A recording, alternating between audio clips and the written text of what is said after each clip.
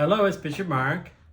Today is Luke chapter 20, verses 1 to 8. So we've reached chapter 20 of Luke, and let's just remember the two things that happened. He entered Jerusalem, and then he went to the temple area, the most prominent spot in Jerusalem, where everyone was, that especially the ones that were looking to arrest him, and he kicked people out of the temple who were money changers. So therefore, he certainly did not come into Jerusalem quietly. And so now you know what's going to happen. The Jews, the leadership of the Jewish people, do not believe he's the Messiah. They believe he is making it up. They use the word blaspheming, which means that he is doing something that is disrespectful to God. And so now they have to question him. So chapter 20, the whole chapter really, is this kind of what's happening in Jerusalem, where they keep asking him questions and he keeps kind of dodging their answers. Okay, that's your introduction. So here we go. One day he was teaching the people in the temple area and proclaiming the good news. The chief priests and the scribes, together with the elders, approached him and said to him, okay, it's the chief priests and the scribes together with the elders. So this is the high court of the Jewish people. Where do you find them in the temple? They're called the Sanhedrin. Now, they come up to him. So they've seen everything that happened. They're upset by it because they do not know or believe that Jesus is Messiah. And so now they're waiting their turn to question him. But all sorts of people are flocking around him as he teaches in the temple. So it's a very tense time. Jesus is not tense, but I'm sure the people are, and I'm sure the Sanhedrin are, the chief priests, the elders, and the scribes. Okay, so they, in that whole mix where Jesus is preaching and teaching, they come up to him. Tell us, they said. So tell us by what authority you are doing these things.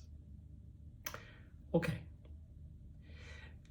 Jesus is, what things are they talking about? They're talking about coming into Jerusalem as the Messiah on a colt through the Golden Gate, all that. Kicking people out of the temple, and now preaching in his own name. So, whose authority are you under? Now, a regular Jewish rabbi would say something like, well, Rabbi something or other once said, or the way they taught, they would teach about, and they would kind of come into the tradition of all the rabbis in the past. They would say, well, according to Rabbi X, according to Rabbi Y, that was their authority. They got their authority from the former rabbis and from the teachings of the church. But Jesus didn't teach that way. He just spoke to them. In other places in the Bible, he says to the people, you have heard it said, but I say to you. Well, whose authority was that under? Now, we know it's under the authority of God, right? But the rabbis, the chief priests, the elders, and the scribes, they are trying to catch him. Now, if they ask him whose authority it is, if he says it's by God's, well, now they've caught him. They've caught him blaspheming. So he doesn't say that. Let's listen to what happens. He said to them in reply, I shall ask you a test question. So I told you, he's kind of dodging their questions, and he can do that because of the crowds. Okay. He said to them, I shall ask you a question. Tell me, was John's baptism of heavenly or of human origin? Now he's talking about John the Baptist. And John the Baptist was killed by Herod. And the people still believe in John the Baptist. And the thing behind all this is that they would all know, including those chief priests, elders, and the scribes, that John the Baptist thought Jesus was the Messiah. So John is kind of a hero of sorts because he fought Herod, and he's a bit of a martyr. He's a martyr. So the chief priests, the elders, and the scribes know that the people love John the Baptist. So it continues. Tell me, was John's baptism heavenly or human origin? They discussed this among themselves and said, if we say of heavenly origin, he will say, why did you not believe him? So if the rabbis attribute heavenly origin, like God told John the Baptist, then John the Baptist was someone who thought that Jesus was the Messiah. So why did you believe them? So they can't say that. But if we say of human origin, then all the people will stone us, for they are convinced that John was a prophet. So they asked the question of Jesus, under whose authority? And Jesus turned it on, how about the authority of John? Did you believe him? Whose authority was he under?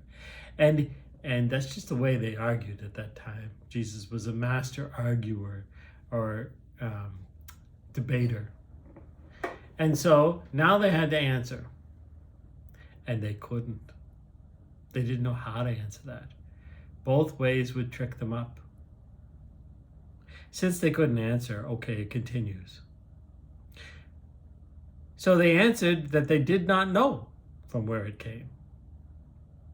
Then Jesus said to them, neither shall I tell you, but by what authority I do these things. So Jesus is, again, not being quiet. He's not doing what they want. He is the Messiah. They don't recognize him. Now they continue to question. They're trying to arrest him. They're trying to say, aha! They're looking for the aha moment that they can get rid of this problem, whose name is Jesus. But he is the Messiah. Okay, we'll continue the questioning chapter, chapter 20 in Luke's Gospel, next time. Peace.